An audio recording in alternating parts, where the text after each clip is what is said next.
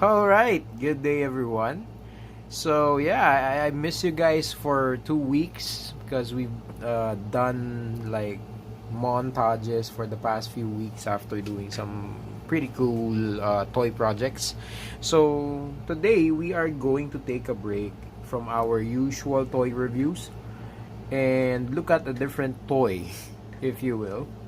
So I've just started getting into watches myself, and I always wanted to have a Seiko ever since I was a kid.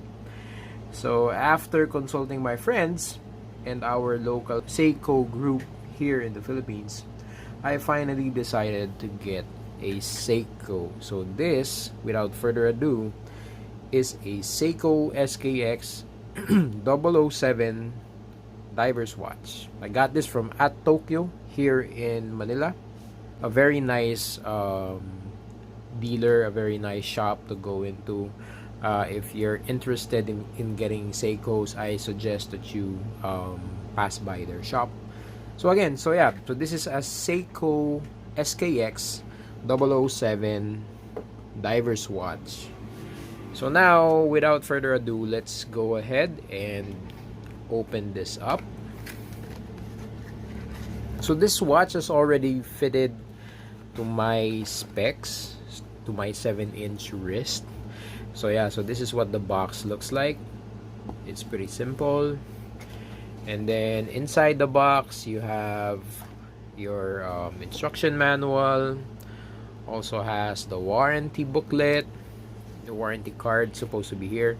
They offer 1-year international warranty. So whatever happens to your watch, at least on the internals, they got you covered. So opening the box, this is what it looks like. So anti-scratch cover, and here it is. This is what the watch looks like. So this is an automatic watch, by the way. I got this for almost 290 bucks, almost $300. But yeah, since this specific model, or the SKX007 is already discontinued, so if you want one, I suggest that you get one soon, although it's still pretty much available online or on your local watch stores. Okay, so this one is the SKX007K, which is made in Malaysia. There is also a J version that's made in Japan. So this is the SKX007K2, which comes with the Jubilee style bracelet. That's stainless steel. The K1 comes with a rubber strap, so I prefer the one with the stainless steel strap, so this is what I got instead. For those with smaller wrists, this comes with this in a smaller version, which is the SKX013. It's basically the same watch, it's just smaller in size. And then finally, there is an SKX009, which is also the same watch, that is on a different color. So it's a Pepsi color, blue and red bezel. So now that we got the models out of the way, if you're in for more dimensions, I will be flashing them on screen right now.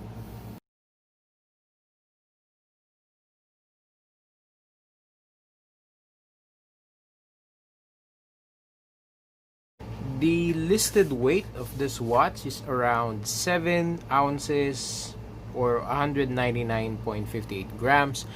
But mine, after having it adjusted to my 7-inch wrist, weighs around 139 grams. So it's not that bad.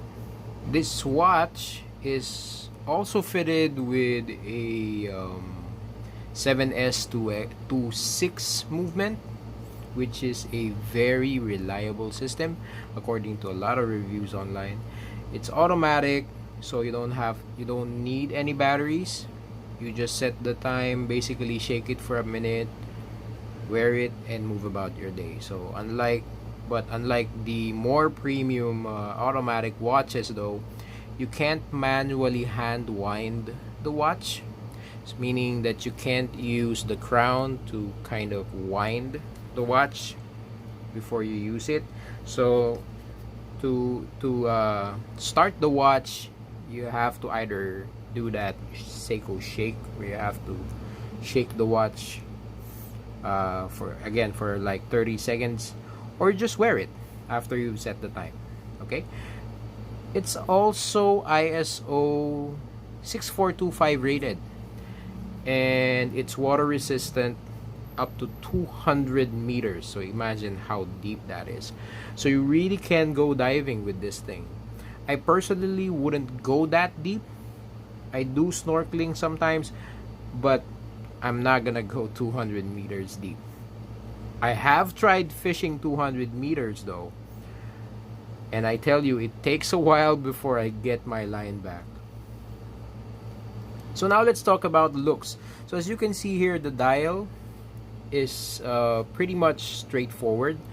The dial's color is matte black, and then the day and the date are set on the 3 o'clock position right here, and the hour markers and the hands are fitted with Seiko's Lumibright technology, which according to a lot of reviews are pretty bright and are reliable as well. So basically you just expose this watch to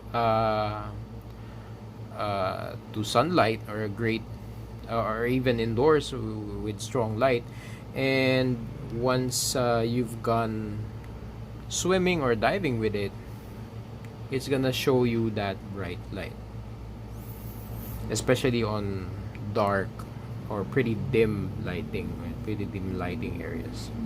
Anyway, my only gripe about the watch aesthetically is I have a couple of things that I want to point out. So one is that the second hand's design, which shows a circle right there, is on the wrong end of the hand, while there's a straight line on the right end of the second hand, which can be a bit confusing at first glance. So you gotta kind of have a little bit of getting used to make sure that you're looking at that pointed end and not on that circled end. So it can get a bit confusing, especially when you're diving with it. So something to take note about if you want to buy this watch. Also, as reported by a lot of the people who has the watch, its bezel usually have, or the bezel here usually have a misalignment between the chapter ring and the bezel itself. So it has to line up.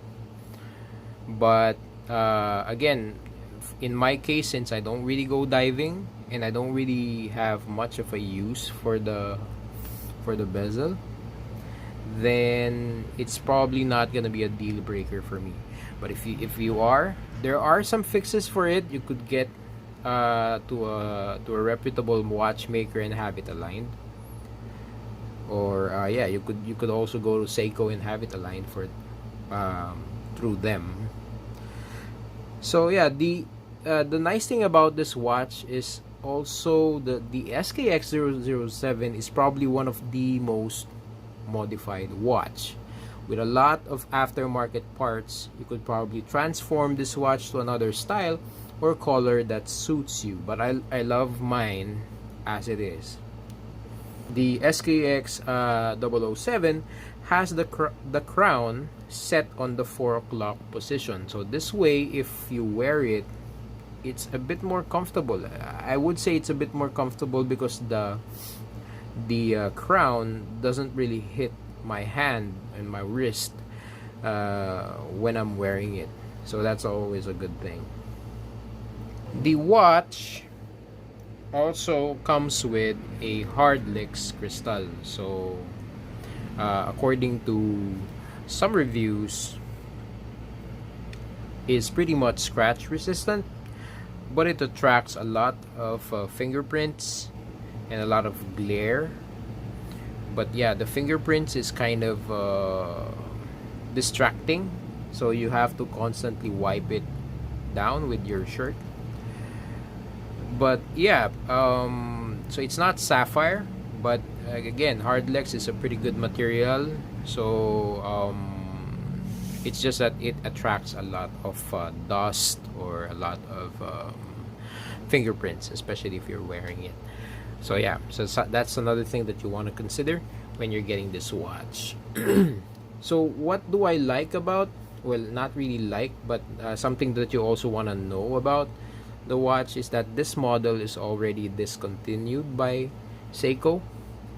But as of this video recording, it's pretty much available online, and it's pretty much available everywhere on your local Seiko dealers, so you could still purchase it. But as of 2019, if I'm not mistaken, they've already discontinued manufacturing this watch. So sooner or later, its price is probably gonna go up. So yeah, so my final thoughts, according to a lot of reviews, again, so this is my first time having a Seiko. I haven't really